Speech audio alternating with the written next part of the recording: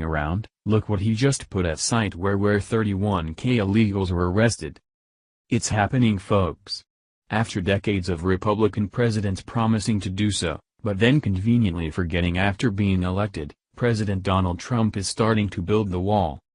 Yesterday the Department of Homeland Security officially announced plans to build a 15-mile prototype of the border wall in liberal San Diego, California. The department actually had to issue a waiver against multiple environmental laws and regulations set by the weaponized far left-wing agenda-pushing Environmental Protection Agency to build the wall with what they refer to as robust physical characteristics. This particular 15-mile stretch is what the Border Patrol refers to as a high illegal entry, which makes it a great trial run scenario. If the idea works out, then we can expect a wall spanning the entire US/Mexico border in the coming years. All this is happening thanks to the Department of Homeland Security's implementing President Trump's Executive Order 13,767. WND reports. FBI data backs up Trump claims on illegals and crime. Largely unreported data published by the FBI appears to back up Donald Trump's contentions regarding illegal aliens from Mexico committing drug and violent crime offenses in the U.S. According to the FBI, criminal gangs, in some regions comprised significantly of illegal aliens, are wreaking havoc in the U.S., with 65 jurisdictions nationwide reporting gang-related offenses committed with firearms account for at least 95% of crime in those areas.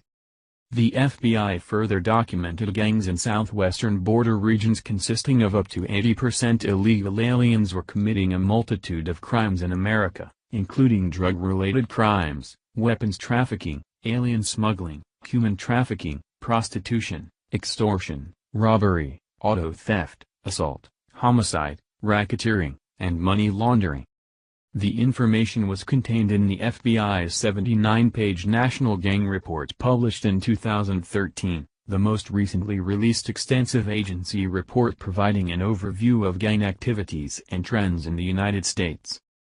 The data is newly relevant following a national debate about illegal alien criminals emanating from Mexico sparked by Trump's controversial comments. When Mexico sends its people, they're not sending their best, Trump said when he announced his run for president. They're not sending you. They're not sending you. They're sending people that have lots of problems, and they're bringing those problems with us. They're bringing drugs. They're bringing crime. They're rapists. And some, I assume, are good people. Trump has since clarified numerous times his comments were in reference to illegal aliens crossing into the U.S. from Mexico. I accept the 80% number, but I've heard testimony that goes higher than that, Representative Steve King, Republican Iowa, told WND.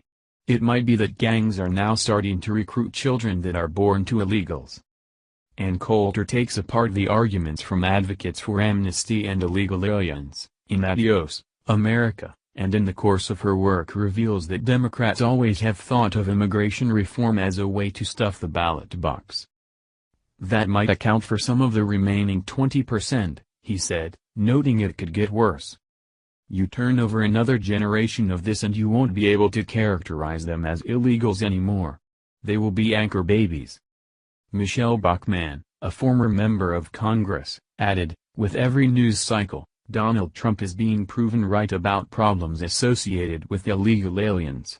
The Dem GOP ruling class in D.C. is petrified. Their false claim that massive third-world immigration is good for America is unraveling. The ruling class should be worried, and their handmaidens in the media, because the American people are sick of watching our glorious nation be destroyed and they are longing for a true champion to fight for American greatness and sovereignty. She said, Trump just might pull this off. The FBI's latest National Gang Report extensively documents criminal gangs, some comprised in large part of illegal aliens, are indeed importing drugs and committing a high percentage of violent crimes throughout the U.S. One section of the 79-page report details gangs and the U.S. border. It documents gangs, especially national-level Hispanic gangs, such as MS-13, the M. Chirinos, and TB, continue to pose a significant threat to the southwest border region. The report reveals that in many cases, gang members who commit criminal activity in the region are not U.S. citizens nor lawful permanent residents. The FBI documented that surveys conducted by U.S. Customs and Border Protection indicate in some southwest border sectors the percentage of non-U.S. citizen gang members was as high as 80%. The report states that once deported, gang members have been documented as repeatedly attempting to re-enter U.S. illegally in order to rejoin the gang and engage in criminal activity. The FBI statistics show gangs exploit opportunities along the nearly 2,000 miles of contiguous U.S.-Mexico territory to engage in a multitude of crimes, including drug-related crimes, weapons trafficking, alien smuggling, human trafficking, prostitution, extortion, robbery, auto theft, assault, homicide, racketeering, and money laundering. Of these offenses, drug-related crimes, such as production, smuggling, trafficking, and distribution, are the most widely reported criminal acts committed by gangs of all types, according to the 2013 report. The report relates gangs are establishing and maintaining mutually beneficial relationships with international crime syndicates, including Mexican transnational criminal organizations.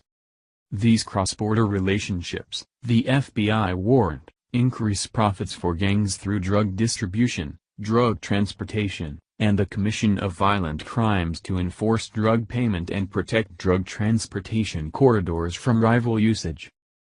Firearms proliferation, military weaponry.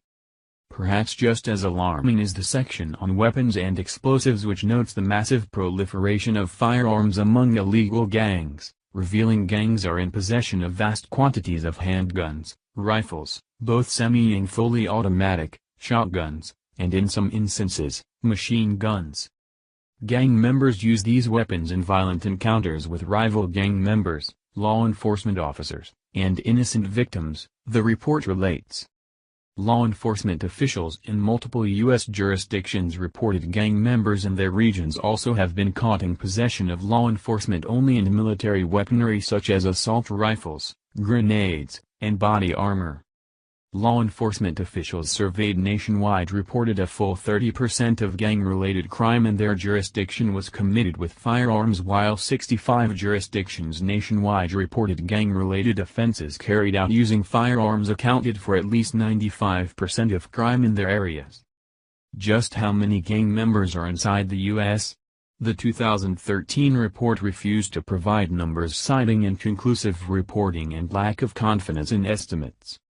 However, the FBI's previous report, released in 2011 and reviewed by WND, estimated there was about 1.4 million active street, prison and outlaw motorcycle gang members in more than 33,000 gangs operating in all 50 states, the District of Columbia and Puerto Rico.